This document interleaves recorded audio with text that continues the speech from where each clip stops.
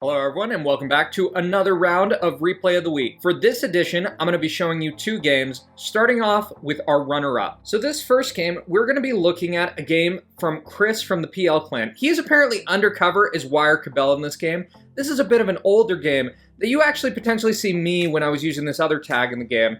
It's going to be an interesting game of basically navigating complexity. Chris, as Wire Cabell here, is spawning in this kind of clusterfuck that is a contest. I think this has like 170 players in it. There's a lot of stuff going on. Essentially in these type of positions, some people are getting donations. You can see me in the bottom right, basically trying to feed Chris, as I look like I'm slowly gonna die, basically recognizing this position, trying to give Chris a chance. So I'm sure in Chris, what Chris is doing in this position is basically just looking at people around him, trying to identify lowest density, making allies, as we see Jesse is starting to get ahead in the game up here in Alaska. So Chris is continuing to basically take people out in Michigan, basically just kind of doing his thing.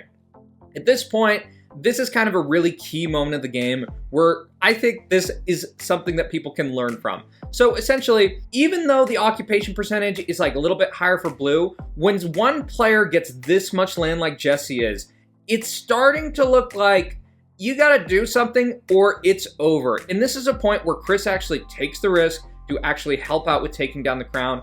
I'm actually not sure if they would have been able to stop Jesse if it wasn't for Chris. So this is definitely a risk it or you lose type of situation. We do see the God Pepper is not punishing Chris, which is good on their part. And essentially, the situation is starting to get stabilized. Nonetheless, you can see in these type of positions that blue does have the higher occupation percentage, and it's very much a complicated position. So now that Jesse has been knocked down and the game is kind of back in balance, there's a pivot towards blue.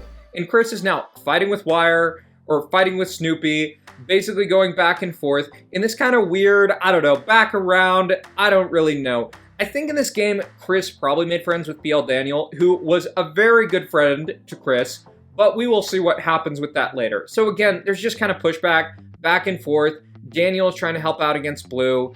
Basically, there's just a shift in the power balance that we're now seeing it basically swing a little bit more towards black. Again, in this position, Chris is just kind of navigating this, staying alive. He risked himself, and now he's back in the game in this kind of better position. In these type of endgames, you're dealing with these kind of complexities of you have a certain number of randoms who will do God knows what, and then you have like rational people like Jesse and Chris clearly here. So Daniel has helped out at this point. Jesse full sends basically does that. And Chris is now in this carry position with a lot of density, a lot of troops. And what happens is Daniel overextends. He's probably sad because he thought they were going to be best friends in this. And that's how contests go sometimes. So good job, Chris. And let's jump off to our winner. And for our winner this week, we have got a fantastic game from Barty. So in this game, Barty is going against basically the Corgi voice chat. This isn't stream. In a contest where we got like 230 plus people, Barty spawning down here in the Middle East. And fun fact, I'm actually in this game too. And you'll actually see how much like small differences with spawn make a difference in the outcomes. So Barty's just spawning down here in the Middle East, cleaning up his zone. He got a really good start basically with his expansion prospects, expanding really efficiently. I'm up here with a little bit less. I got some more troops, and my game is kind of over at this point. I don't really have that many opportunities from here, so I'm just going to be feeding Barty, given he's got crown. And in terms of how the map is shaping up, we see that the Corgis spawning in their horde strategy, or block strategy as I know it, are going to basically just try to move forward on one front. Barty here, basically spawning down in the Middle East. He's cleaned up his zone.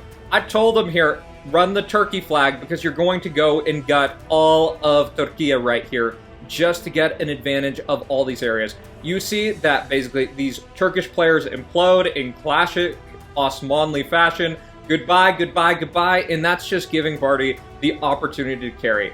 As we can see though, the Corgi Swarm is slowly advancing. In some of this video, we're actually going to talk about how you stop the Corgi strategy. So Barty's still cleaning up his zone, basically looking for good options here and there. He took a little bit out of that OG player, but I believe his next step is actually going down here into Egypt. Nope, he's cleaning up Turkey. Not sure if that was another Turkish player. But in any case, he's basically just trying to get up enough land that he can, as he's likely recognizing, as I was in the game, you gotta look up at what's going on here because the horde is coming. So Barty goes down here into Egypt, basically getting a bit more land, and we're going to be getting to the point where the Corgis are going to be encountering Barty. So at this point, it doesn't really make sense to go for Ind. It's basically kind of go time with what's going on. So right here, actually, is this my boat? I can't even remember. Or is that Barty's boat? That is Barty's boat. Barty is boating over here and basically starting his push for what is going to be an important move here. Essentially, going for black at this point in time, 40% is definitely alarm bells, especially because the Corgi block strategy, effectively how it works is you spawn in a swarm, other people will infight, and you keep one front where you always push out, just kind of leveraging your superiority in this area. Given that, Barty has to push back, so what he is doing is he's very strategically going through this kind of horde backline, basically making sure that he's taking certain parts of land here. Basically leaving this buffer right here in Russia, heading this way. And this game, I was just kind of watching it all, like, I wonder how he's going to do this. How can he do this? Because I've seen so many Europe games where basically the horde succeeds. Barty gets backline, he's basically going through to all these smaller players, as we see that there's basically a number of mid-level carries that when you don't get one supreme carry of this kind of strategy of just donating, it oftentimes struggles. And you can see right here, given the kind of crazy density that a lot of this really isn't efficient, Barty's just going to start picking people off. And given that these people are still moving forward, not sure how much coordination's here, Barty's just going to slowly cut down people one by one, staying at pretty good density, making sure that he's not opening up any borders with this MBN3, this Corgi Joe, this CCP, right? So this is kind of basically like peeling back the onion, one person down, another person down.